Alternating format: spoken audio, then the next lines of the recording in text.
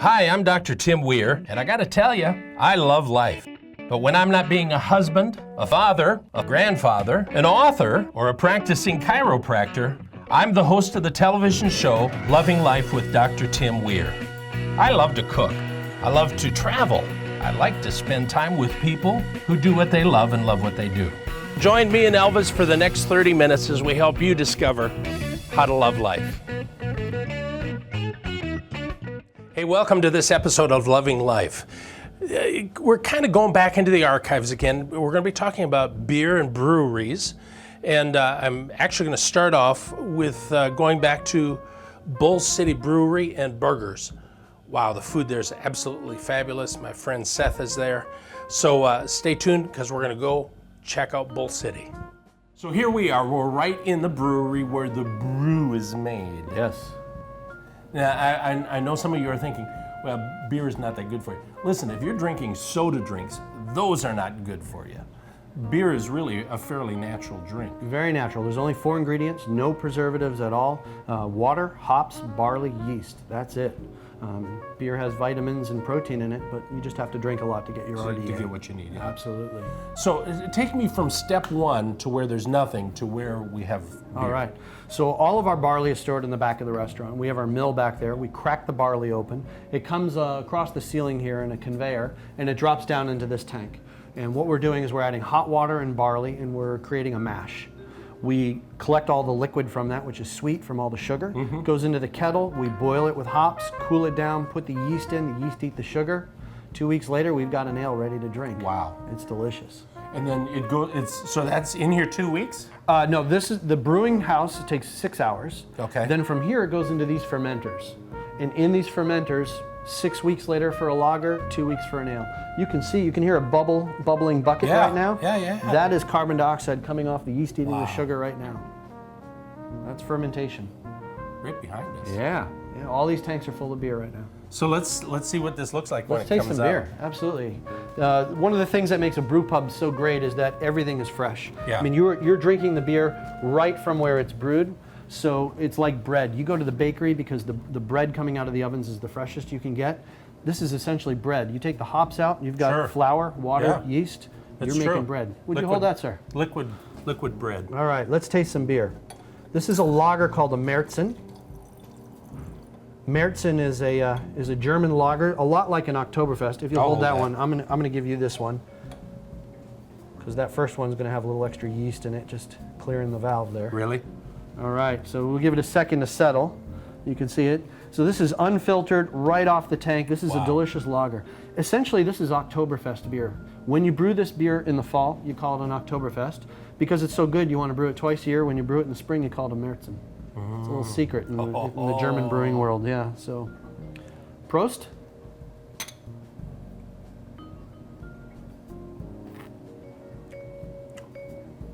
Crisp, clean, Man, that is malty. good. Thank you. Really good. I'm glad you like it. I don't like beer. Oh, well, there you go. Wow. All right. You get your yeast that way. All these people who go and buy, dried yeast and mix it in their yogurt and everything. I say just drink a beer with breakfast. Make your yogurt with beer. There you go. Wow, isn't that amazing? Who'd have thought that beer could actually be better for you than sodas? Less sugar. If you be careful with the alcohol, it's all done in moderation. Don't change the channel. We'll be right back.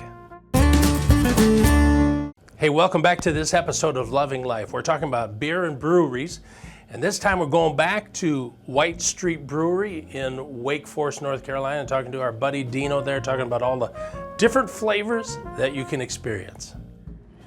How would the world did this come about? So it's a good question, and it's a good story because whenever someone hears that you own a brewery, why did you do a brewery? And they think, did you always love beer? Is this your hobby? Did your dad drown in a vat of beer? Was this your lifelong dream? And sadly, none of that is true for us. This was a little bit of a different thing. This whole vision, what we saw here, was a result of just wanting to do something fun, to do something different, do something neat. You mentioned the downtown Wake Forest here. We always thought downtown Wake Forest was a great little place, kind of a little secret, a little gem. Yeah. And we wanted to do something that we thought would be fun. And at first we thought of a restaurant, but anybody I've ever known that's owned a restaurant said, do not do that. So we started thinking about, well, what else would be a fun gathering spot? Where would people like to come hang out, meet with their friends? And we decided to do a brewery. And you can see we kind of did it a little different, Tim. We're not a brew pub, so there's no kitchen. Right. But we have the factory right here in the tap room, and you're standing or leaning on the only dividing wall that there is. There's no glass, this is the production facility, and then of course over here is the tap room where folks can enjoy each other's company. And that was it, and we just set about to make a neat, fun thing. Wow. So let me show you right here. I'm gonna show you a little bit about what this looks like. So this would be some of the grain, Tim, and you can kind of see, reach down in here, and Well, look at that, yeah. it just looks like grass seed. Exactly. And inside of here, where it starts is, the first thing we need to do is crush that up a little bit. Yeah. And it's when we crush it up, that happens in a room in the back, the grain room, and you can see that white pipe. The process Yep. for us starts right in there. It all gets dumped in this hopper. Okay. And come on in here and follow me and I'll show you. So the first step would be, after the grain is crushed, it's gonna dump into here. This is called the mash tun. We're gonna drop the grain into here, and we're gonna mix it with hot water that we make in that tank right there. Okay. And it's gonna sit in there. And that hot water is gonna start to pull out some sugar. It's gonna pull some sugar out of the grain, and that's really what we're after. After it soaks for a bit, we're gonna take this sugar water, the wort as it's called, and we're gonna move it over here to this kettle. Okay. Once it moves over there, that's where we're gonna boil it. We're gonna take that wort and we're gonna boil it down. We're gonna kill anything that might be in it. We're gonna add some hops, and then that's where the magic is gonna start to happen with the wort. By the way, when this is done, when this grain is done, this is it. This is a batch that we've just completed. This is called spent grain. And you can see how it has been crushed up and soaked with water. And then, so we've rinsed all the sugars out of these. Now, while all the sugar is gone, there's a lot of proteins left in this. There's a lot of bulk, and it's very moist. This goes right back into a local farmer. He uses this as feed for his cattle. A lot of breweries do that, so it's a kind of a green way to dispose of this kind of waste. A lot of people ask, well, do the cows get drunk? No, at this point, we have not made any alcohol. Yeah. It's just sugar water. They are happy cows. They are happy cows, that's right. These are some of the different hops that we use, and I just wanted to kind of give you a look at what a hop is. Hops on the vine look like little bitty, yes, it looks like that, like a rabbit. A hop on the vine, a natural hop, looks like a little bitty pine cone. But we need to be a little more consistent than that. This bag is sealed up. Let me get another one. I'll show you what they look like when we get them. They look like rabbit food, little pellets, and if you go ahead and smell that. Very strong, very pungent, and each of these different hops, all these are different flavors, and you can see them all spread around here. They're all in these boxes.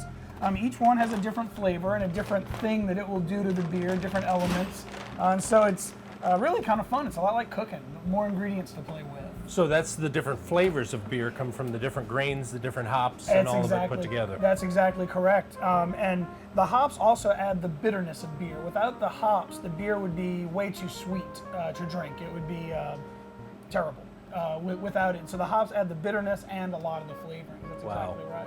That's cool. Absolutely. We're going to try a little bit? Absolutely. Let's go do that. Nearly as sweet. So that's our German Kolsch. Now both of these have almost no hops. As we move over to here, this is going to be where you start getting that hop. Those hops we're looking at in the cooler, I was mentioning bitterness. This is called an IPA. This is our Hoptimist IPA. That's our brand name for our IPA. And an IPA stands for an India Pale Ale. And a little story behind this, if you'll let me indulge your viewers. The India Pale Ale came about because back when the British had all their colonies, and of course they had massive armies and soldiers, and one of the ways that they kept everyone happy and going was beer. They would provide beer. And the beer, though, to get from the UK all the way over to India, it was a very long trip, and beer does not last very long. It's a spoilable food. The British learned that if you really put a lot of hops into the beer, it gets very, very bitter, but it preserves it. Wow. So the India Pale Ale, or the IPA, was the beer that was sent to India, but it means overly hopped. So we today, when we call something an IPA, We're not exporting to India yet, but maybe one day. But it just means very hoppy. And you'll see when you taste this beer, very bitter, lot of aroma. Yeah. And You can smell it, You can too. smell it, which is similar to the smell that you smelled in the cooler with that. And then, of course, when people say a dark beer, they're really referring to something like this usually. This is our winter seasonal, so we're almost done with it right now. This is our Foreign Extra Stout. And it's a very heavy, malty beer, very good for the winter, kind of fills you up, makes you feel warm. They can be enjoyed all year round, but a lot of people traditionally associate stouts and porters and the heavier style beers with the winter. But just to round out your palate, if you want to taste that one, you can really taste the roast and the barley on that one. And all of our beers, we pride ourselves here at White Street, they're exceptionally clear. And that happens, you take your time with a beer, let it settle out, and they'll turn clear. Hey, can you imagine having a project that you're doing just because it's fun? Wow, what an amazing story. He's done some amazing things in Wake Forest. You need to check that place out. Don't change the channel because we got a whole lot more coming your way. Hey, welcome back. We're talking about beer and breweries. Some great times we had with some great people here in Raleigh. John Federal from Raleigh Brewing, just amazing what they can do, and he's going to talk to us about all the things. And then Jennifer Martin, going to be talking about something coming up the end of April called Brewgaloo. So you take ingredients. What's the main ingredients for just a regular beer? There's 4. There's water, there's yeast, there's hops, and there's malt or barley. Okay. Now, how about, is there wheat involved? Well, that's considered one of the malts. Okay.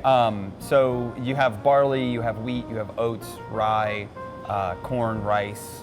Wow. A lot of different kinds. And then, Yeah. of course, you can get into gluten-free ingredients, amaranth, Do you guys do that? We don't do any gluten-free beers here. Okay. Really, in the Triangle, there's not a giant market for Sure. it, and it would be hard to justify such a large-scale production on it. understand. But we have a small system, a little pilot system. It makes about 10 gallons that we've done a couple of gluten-free recipes on. So what's behind us here? Well, this is our 20-barrel system right here. Okay, so that big tank over there is where we keep all of our water, and Okay. we can heat it up there. This is our mash tun, and actually we're brewing today, so in a minute that hatch is going to open, and then all of our spent grains will come out. And we actually send those to the Interfaith Food Shuttle for composting, for growing food and things like that. Oh, that's cool. And then that's our boil kettle, which, if you can kind of see the steam from here, there is about 700 gallons of our Moravian Rhapsody Pilsner in there right now. So we'll boil that for an hour, add hops at different times to get aroma, flavor, and bitterness.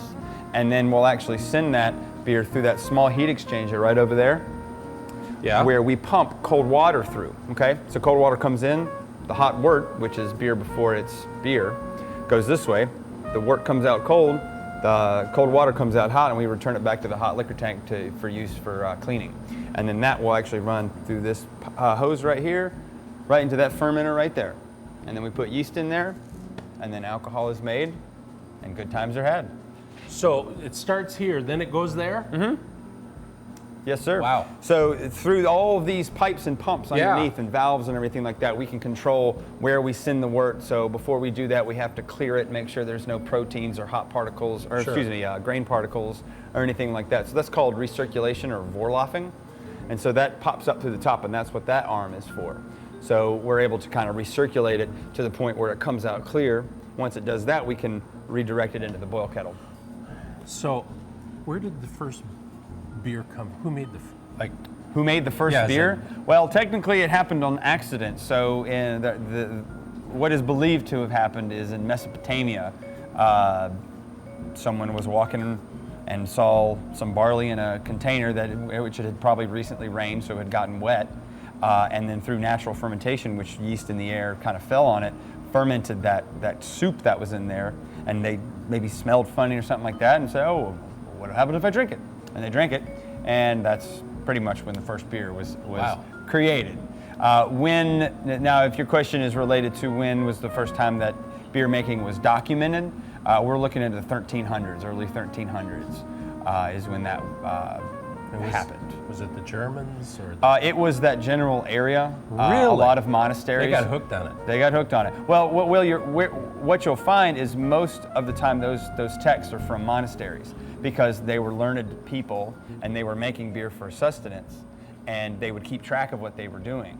Most other beer makers, farm hands and things like that, they didn't keep records. Sure. They were either illiterate or they just didn't feel like they ever needed to. That was good. I wish I could have made it again. But. Right, they kind of made beer with whatever the heck they could get their hands on most of the time. So that's kind of a short answer as to kind of when it first happened, and then where we see emerging practices. Yeah. I mean, there's documentation or archaeology that has happened that has made suggestions that it's happened much before then. Like in the Garden of Eden. I don't know. Oh, well, you just. They probably ate fermented apples or something like that. Yeah. Maybe. And that's where kind of things. That's where things went kind of weird. So it goes from here, goes into the fermenting tank. Yes, sir. And how long does that take? Well, it depends on how much sugar is in there. So like our Hell Yes Man Belgian Golden Strong is a very high alcohol beer. There's a lot of sugar before we put yeast in it. So it takes a lot longer period of time for the yeast to consume all of that sugar down to a point where we want to serve it. Interesting. Because if your beer's too sweet, it's not very drinkable. Sure. If it's too dry for the style, it's not going to drink correctly. So like our Scotch ale, our Blatherskite Scotch ale, that needs to have a nice sweetness to it. So we don't ferment that, guys, quite as low as like our Belgian Golden Strong, which we want dry and drinkable. So that's probably our longest fermentation. It is our most popular beer, so it is quite a crunch for production sometimes. Wow. And then our bitter, which is in this tank currently right now, and actually you can kind of see fermentation happening here. So alcohol is being made in this bucket. You see all the bubbles coming out? Yeah. That's CO2. So Wow. when yeast consumes sugar, it produces ethanol and CO2, and that's where the CO2 goes. That is neat. The bitter only takes about 4 to 5 days. There's not a lot of sugar in there. Really? It's a very quick fermentation. Beer finishes, the yeast settles out, and then it's done, ready to That's carbonate and serve. Isn't that cool? Well, I think the next step would be, can we go out into the tap room and maybe just try a little? Sample some? Absolutely. I love sharing our products. Okay. And I figured you might be a coffee man. You drink coffee at Yeah. all? This is our porter, but we put coffee in this particular version. Really? Yes, sir. And it's a local coffee done by Oak City Roasters. And anytime we buy this particular coffee that they have, which is called Kaboom, it goes to source clean water to a Ugandan village where it comes from. So we felt like that was pretty important for us to do. Clean water makes good beer, Okay, so this is the one that has coffee. It's called Hidden Pipe Porter, and that particular one is one we make with coffee. So we make it 2 ways, with and without coffee. That's strong. It's got a lot of flavor, a lot of chocolate, mocha, and then of course followed up by the big coffee note. And I always see people. Smelling it, yeah, the real connoisseurs, or beer geeks, as we lovingly call Okay. ourselves. So that's a strong. It's about 6.5%. And that's a whole lot lighter. A lot lighter. It's about 5.4%, and it's just a different style altogether. Yeah. Caramelly, got a little bit of toasted bread underneath. Not very bitter at all. You got this down, don't you? I've been doing it for a while. So listen, you can come down here and actually taste this right here, or you can go to the Broogaloo. It's Broogaloo. Broogaloo is our craft beer festival. There's only NC beer on tap. There's food trucks, there's live music, there's vendors. It's just a full-on street festival that lasts for 8 hours from 2 to 10, and it's just a huge celebration of local. So there are all kinds of vendors other than brewery. There are. There's ones that highlight maybe their local T-shirts they printed. There's ones that do local art. There's folks that do crafts with the kids. So that's a really great event to get people out. So although we say it's a brewery thing, it really is a family thing though. We say it's a brewery thing, but we see a lot of strollers there. Sure. So I think it's a great way for parents to come out on a gorgeous Saturday in April, come out to the street, kind of walk around and enjoy, but then they can also bring their kids along with them in a non-discriminatory environment. So the aficionados of brewery, of beer, can come and just try all the different North Carolina beers. They can, and that's what we try to encourage. We really try to encourage people that, if you always say that maybe you don't like beer or, oh, I'm not gonna like that, I don't like craft beer, this is that chance for you to try that. you know, we want to encourage you to actually try something new. That's why we allow people to have a pint glass or a taster where they can go around and actually sample things and find something, because you might just find something you didn't know you liked. Hey, you know me, I love local businesses. I love local people who put things together. That's what we've been talking about this whole show. Broogaloo's a fun place to take the whole family. It's not just beer, but there are other things that you can have there as well. Don't change the channel, we'll be right back. Hey, remember, it's all about loving life, doing what you love and loving what you do. I love talking to the people that we've talked to, because that's exactly what they're doing. They found a fun thing that they love and they based everything on that. Oh, what an incredible thing. Hey, don't forget to check out Broogaloo this weekend. Great time for the family, April 21st and 22nd. Take the whole family, lots of food, fun. It's just a great time. Listen, join me on Facebook. Go to Facebook, Loving Life with Dr. Weir. Go to my website, which is drtimweir.com. I'm on Instagram, I'm on Twitter, I'm on all those fancy hootootsy things that you just get on nowadays. It's all about doing all the things that bring you closer to your community. I love people who have their own businesses. Listen, if you're watching me have a business and you want to promote it, give me a call. Actually, go to the website, fill out the thing that says contact. I'll get a hold of you and we'll figure out how we can get you on the show. Until next week, keep loving life.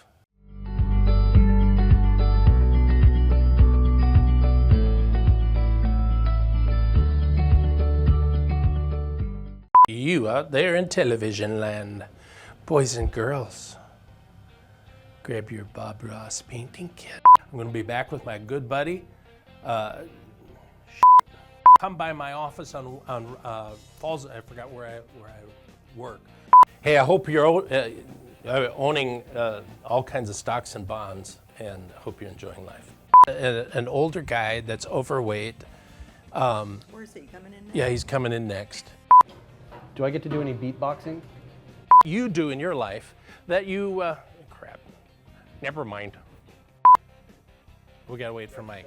Gotta wait for Mike. Let me ask you, can you see my eye booger? Okay. Hey, welcome back to Loving Life. We're talking about breweries and